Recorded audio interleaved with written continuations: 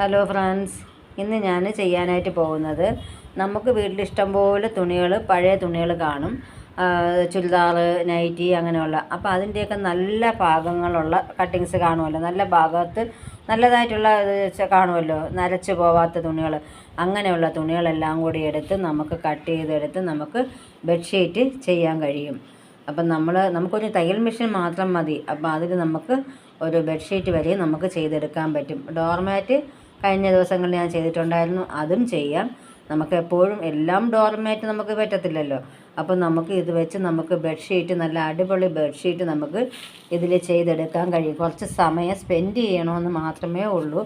അപ്പോൾ ഞാൻ ഇങ്ങനെയുള്ള തുണികളെല്ലാം മാറ്റി, ഈ പോളിസ്റ്റർ കണക്ക് ഉള്ളതും പട്ടിൻ്റെത് പോലുള്ളതും എല്ലാം മാറ്റി വെച്ചതിന് ശേഷം ഈ കോട്ടൺ ടൈപ്പ് ലിസി ബിസി തുണി, അങ്ങനെ നമുക്കൊരു സോഫ്റ്റ്നെസ് കാണുമല്ലോ, അങ്ങനെയുള്ള തുണികൾ ഞാൻ ഈ തയ്ക്കുന്നത് കാരണം കുറച്ച് തുണി അതും കൂടെ കാണും. നമ്മുടെ വീട്ടിൽ നമ്മുടെ ഡ്രസ്സ് അല്ലാതെ തയ്ക്കുന്ന തുണികളുടെ ബിറ്റും കാണും. അപ്പോൾ ഞാനിപ്പോൾ തയ്ച്ച തുണികളുടെ ബിറ്റ് വെച്ചാണ് ഞാനിപ്പോൾ ചെയ്യാനായിട്ട് പോകുന്നത്.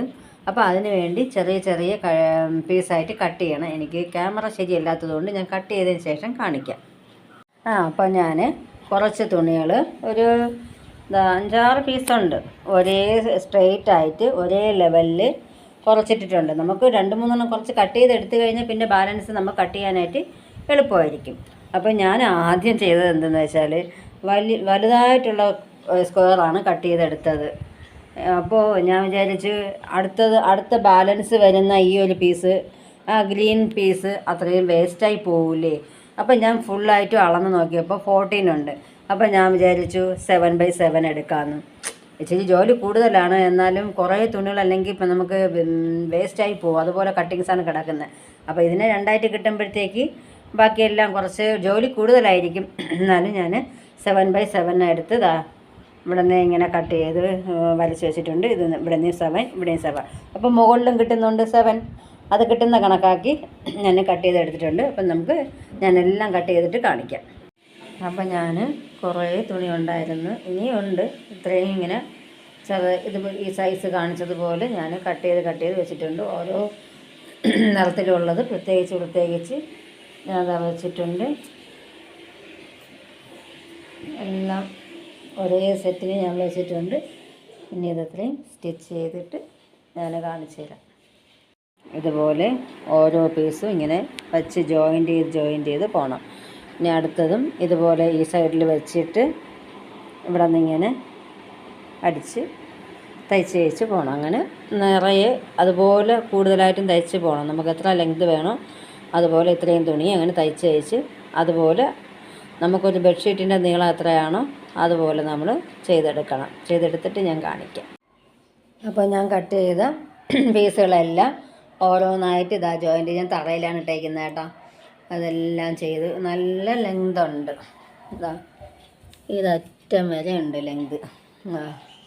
അത്രയും നല്ല നീളവും വീതിയും ഉള്ള ഒരു ബാലൻസ് തുണിയും ഉണ്ട്. ഇനിയും നമുക്ക് ചെയ്യാനായിട്ടുണ്ട്. എനിക്ക് തോന്നുന്നു ഇതായിരിക്കും നല്ലത്. മാറ്റിനെക്കാട്ടിലും നമുക്ക് കുറച്ചുകൂടെ യൂസ്ഫുള്ളാവും. സെറ്റി എങ്ങാനുമൊക്കെ ഉണ്ടെങ്കിൽ സോഫ സെറ്റിയിലൊക്കെ ഇടാനായിട്ട് കൊള്ളാം. ഞാൻ മിക്കവാറും സോഫ സെറ്റിയിലായിരിക്കും ഇട്ട് കാണിക്കാൻ പോകുന്നത്. അതായിരിക്കും നല്ലതെന്ന് തോന്നുന്നു. ഇനി ഇതിൻ്റെ അരിക് തയ്ച്ചെടുക്കണമല്ലോ, അതിന് വേണ്ടി ഈ ഒരു തുണിയും കൂടെ എടുത്തിട്ടുണ്ട്. അപ്പോൾ നല്ല ലെങ്തും വീതിയും ഉണ്ട്. അപ്പോൾ നമുക്ക് കുറച്ച് നല്ല തുണി വേണം, കുറച്ച് നീളത്തിന് വേണം. അതുകൊണ്ട് ഞാൻ ഒത്തിരി തുണിയാണ് എടുത്തിട്ടുള്ളത്. 2 മീറ്ററോളം ഉണ്ടെന്ന് തോന്നുന്നു ഈ തുണി.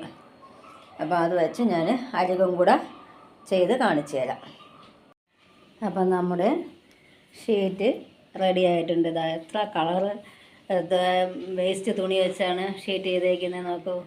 നല്ല ലെങ്തും അതുപോലെ വീതിയും എല്ലാം ഉണ്ട്.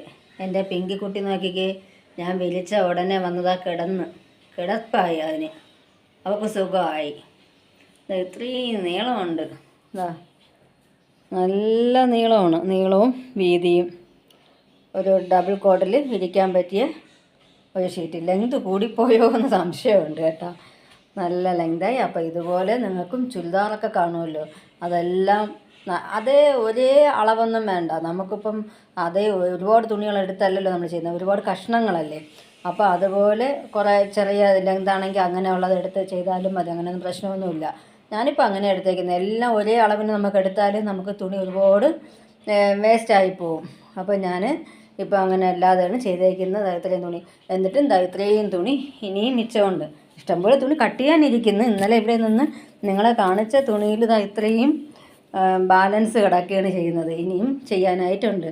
അപ്പോൾ ഇതുപോലെ ഇനി ചെയ്യാനാണ് ഉദ്ദേശിക്കുന്നത്. നമ്മൾ ചെറിയ ഫ്രോക്കൊക്കെ ചെയ്താലും നമുക്കൊന്നും സെയിലാവത്തുമില്ല. ആരും വാങ്ങിയാലും അതിനൊരു വിലയില്ല. അതിനെക്കാട്ടിലും നമുക്ക് യൂസ് ചെയ്യുന്ന എന്തെങ്കിലും സാധനം ഉണ്ടാക്കി നമുക്ക് എടുക്കാനാണ് ഞാനിനി ഉദ്ദേശിക്കുന്നത്. ഒരുപാട് ഡോർമാറ്റ് ഞാൻ ചെയ്തു. അപ്പോൾ നമുക്ക് ഇനി ഇഷ്ടമുള്ള രീതിക്ക് മാറ്റി മാറ്റി ഇടാമല്ലോ.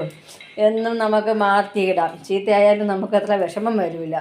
ഇതിപ്പോൾ നല്ല ഭംഗിയുണ്ട്. ഇതാണ് ചെയ്ത് വെച്ചേക്കുന്നത്. കണ്ട എത്ര കളറ് നോക്കി, എന്ത് ഭംഗിയെന്ന് നോക്കിക്കേ.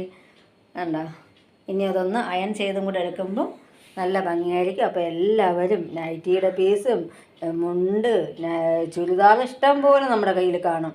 അപ്പം അത് തന്നെ മതിയാവും.